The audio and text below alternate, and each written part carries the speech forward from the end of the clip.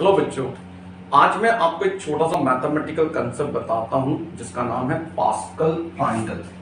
Pascal triangle के बारे में मैं आपको बताता हूं। पास्कल ट्रायंगल,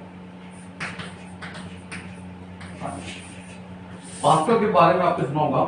पास्कल एक ग्रेट फ्रेंच साइंटिस्ट थे। सिर्फ साइंटिस्ट नहीं, वो मैथमेटिशियन थे, फिजिसिस्ट थे, फिलोसोफर थे, राइटर थे। और उन्होंने बहुत सारी बातें, बहुत सारे कंसेप्ट्स जो है फिजिक्स के बताए हैं, मैथमेटिक्स में भी बताए हैं। प्रेशर से रिलेटेड उन्होंने बहुत सारे काम किए, स्पेशली एटमॉस्फेरिक प्रेशर से रिलेटेड काफी काम किया। और इसीलिए उनके नाम पे प्रेशर की यूनिट है वो पास्कल है। प्रेशर की असाइनमेंट पास्कल है। सिर्फ प्रेशर की नहीं बल्कि स्ट्रेस और मॉडुलस ऑफ वेलोसिटी की यूनिट भी पास्कल है। क्लास 11 के बच्चे बायनोमियल थ्योरम की उनको जरूरत पड़ती है फिजिक्स को समझने के लिए, to understand physics. Mathematical concepts में कुछ छोटे छोटे मैथमेटिक्स पढ़ाए जाते हैं और उनमें से एक है बायनोमियल थ्योरम। तो Pascal triangle can help to understand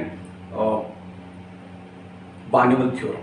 तो बायनोमियल थ्योरम को कहना चाहिए कि उसमें थोड़ी सी मदद कर सकता है एक तरह से, और आपका मैथमेटिकल इंटरेस्ट जो है थोड़ा और जगाने के लिए एक छोटा सा कंसेप्ट है। तो इस तरह के जो छोटे छोटे से कंसेप्ट होते हैं उससे मैथमेटिक्स में और साइंस में थोड़ा सा बच्चों का इंटरेस्ट बढ़ता है। तो चलिए मैं आपको बताता हूँ पास्कल ट्रायंगल के बारे में। तो आप क्या कर सकते हैं, पास्कल ट्रायंगल बनाने के लिए एक इक्विलेटरल ट्रायंगल आप बना सकते हैं। इक्विलेटरल ट्रायंगल बना लीजिए और उसके वर्टेक्स पे 1 लिख दीजिए और फिर इसके बाद थोड़े डिस्टेंस पे यहाँ पे 1 1 ऐसे लिख दीजिए। फिर और थोड़े डिस्टेंस पे इसको यहाँ पे 1 और यहाँ पे 1 ऐसे बनाना चाहिए।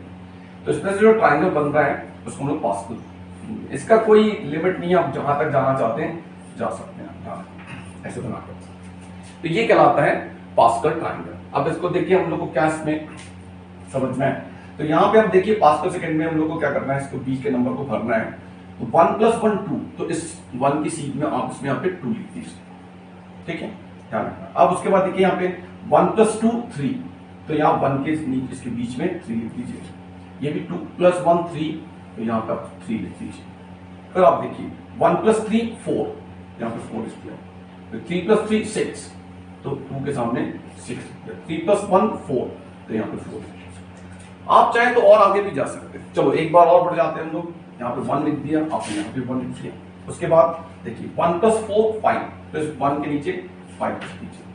4 + 6 10, तो यहाँ पे आप 10 लिख दीजिए। 6 + 4 10, तो इस 3 के नीचे 10 लिख दीजिए। 4 + 1 5, तो इस 1 के नीचे आप 5, और इसके नीचे और भी जाया जा सकता है जैसा मैंने आपको बताया था। ठीक, अब देखिए इसको हम लोग को जो समझना है, इससे इंटरेस्टिंग रिलेटेड जो चीजें हमको मिल रहे हैं, इसके जो रिजल्ट्स हमको मिलने वाले हैं वो मैं बताऊँ। तो सबसे पहले तो अगर इनके नंबर्स का सम करें हम लोग, तो 1 का सम तो 1 हो गया है ना। 1 जो है इसको 2 की पावर के फॉर्म लिख सकते हैं हम लोग, ये हो जाएगा 2⁻²0। आप लोगों ने सुना होगा किसी भी नंबर की पावर 0 होती है तो उसकी वैल्यू 1 होती है। सो 2⁻0 = 1। 1 + 1 2, तो ये 2⁻1 लिखा जा सकता है। 1 + 2 3, 3 + 1 4, 4 मीन्स 2⁻2। इसी तरह से 1 + 3 4, 4 + 3 7, 7 + 1 8, 8 मीन्स 2⁻3 होता है। इसको देखिए आप 1 + 4 5, 5 + 6 5 + 6 11, 11 + 6 11 + 4 15, 15 + 1 16, 16 मतलब 2⁻4 हो जाएगा। और इसको सॉल्व करोगे तो भैया आप देखिए 6 16 26 31 32, दैट इज 2⁻5। जैसे कुछ लोग कहते हैं कि इसको 11 की पावर के फॉर्म में भी लिखा जा सकता है। जैसे कि आप देखिए ये 11⁻0 लिखा हुआ है, ठीक है, 1 11⁻0। जैसे कि मैंने आपको बताया किसी भी नंबर की पावर 0 होगी तो उसकी वैल्यू 1 होती है, राइट। और ये लिखा हुआ है 11, तो ये 11 की पावर 1 लिखी हुई है। 121 मतलब 11 की पावर 2 है। 1331 11⁻3 है। और 14614 11⁻4। इसके आगे ये गड़बड़ हो जाता है, जहां पे डबल डिजिट आना चालू हो जाते हैं तो ये यहीं पे रिस्ट्रिक्टेड हो गया, इसके आगे ये बंद हो जाता है। देखिए इसकी जो मेन इंपॉर्टेंस है और जो मेन इसका सबसे जो इंपॉर्टेंट पार्ट है वो मैं आपको बता रहा हूं, वो है बायनोमियल थ्योरम यूज करते समय इसको हम लोग को पढ़ना। बायनोमियल थ्योरम जिन लोगों ने पढ़ लिया है या जो लोग पढ़ेंगे बाद में, मैं आपको बता दूं कि हमारे पास कोई भी नंबर है, for example a + b raised to 5, तो हम लोग जब इसको एक्सपेंड करते हैं ना तो सबसे पहले ये होता है यहाँ पे a की पावर 5 आता है, a की पावर 5 आता है। फिर a की पावर, कोफिशिएंट्स में नहीं लिख रहा हूं, कोफिशिएंट हम लोग इनकी हेल्प से, इस पास्कल ट्रायंगल की हेल्प से मैं लिखूंगा।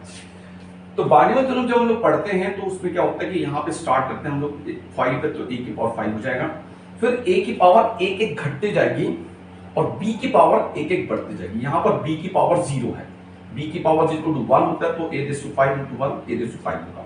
जो नेक्स्ट टर्म आएगा उसमें a की पावर 1 रिड्यूस हो जाएगी, ये a की पावर 4 हो जाएगी, ये b हो जाएगा। यहाँ पे मैंने कोफिशिएंट नहीं लिखा है, वो मैं आपको बताऊंगा कैसे लिखना है और ये कैसे पास्कल ट्रायंगल इसमें हेल्प करेगा। जो अगला टर्म होगा वो उसमें a की पावर 1 और रिड्यूस हो जाएगी, ये a की पावर 3 हो जाएगी और b की पावर 1 इंक्रीज हो जाएगी, ये b² हो जाएगा। फिर नेक्स्ट टर्म जो होगा उसमें a की पावर 2 b की पावर 3 एंड देन a की पावर 1 और कम हो गई, a b की पावर 4 हो जाएगी और लास्ट टर्म जो है उसमें a की पावर 0 हो जाएगी यानी कि 1 और b की पावर 5 हो जाएगी। इस तरह से बार्नूल थ्योरम यूज करते समय किसी भी नंबर की कोई भी पावर हो इसको इसी तरह से एक्सपेंड किया जाता है, ये इसी तरह से एक्सपेंड होता है, ध्यान रखना। तो यहाँ पे कैसे हेल्प करेगा ये देखिए, जैसे मान लीजिए इसको हमने a मान लिया, इसको b मान लिया, तो ये इस फॉर्म में लिखा हुआ, ये लिखा हुआ है a प्लस b के फॉर्म में की पावर 1 है। तो a प्लस b की पावर 1 अगर हो तो ये a प्लस b लिखा हुआ है। तो a का कोफिशिएंट 1 है और b का कोफिशिएंट भी 1 है, ठीक है। अब आप देखिए इस नंबर से हम लोग कैसे पता चलेगा, चेक कीजिए। मान लीजिए हमारे पास लिखा है a प्लस b का स्क्वायर, तो आप लोग सब लोग जानते हैं a प्लस b का स्क्वायर होता है a² plus 2ab plus b²। तो आप देख सकते हैं कि यहाँ पे a का कोफिशिएंट 1 है, b का 2ab, ab का कोफिशिएंट 2 है और थर्ड टर्म b² का कोफिशिएंट 1 है।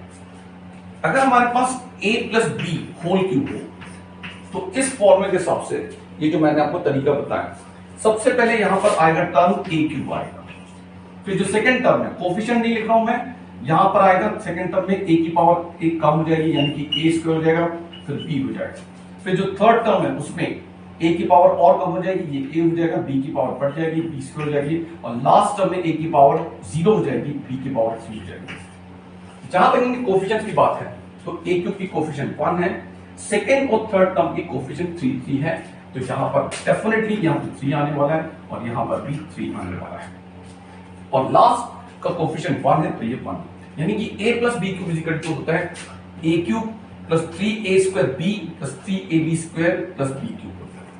अगर हम a प्लस b की पावर 4 लिखें, a प्लस b की पावर 4 लिखें, a प्लस b की पावर 4 अगर हम लिखें तो सबसे पहले a की पावर 4 आएगी, उसके बाद में a की पावर कम हो जाएगी, ये हो जाएगा a³, ये b हो जाएगा। थर्ड टर्म में ये a की पावर और कम हो गई, एक b की पावर बढ़ जाएगी, फिर उसके बाद नेक्स्ट टर्म में a की पावर और कम हो गई, a हो गई, ये b की पावर 3 हो गई और लास्ट टर्म में a की पावर 0 और b की पावर 4 हो जाएगी। रही बात कोफिशिएंट की, तो आपको ध्यान रखना है कि सेकंड जो टर्म है इसका कोफिशिएंट 4 होना चाहिए, नेक्स्ट कोफिशिएंट का टर्म कोफिशिएंट 6 होना चाहिए, यहां पर कोफिशिएंट उसके बाद होना चाहिए 4 होना चाहिए और यहाँ पे कोफिशिएंट 1 होना चाहिए। आप इसको एक्सपेंड करके देख सकते हैं।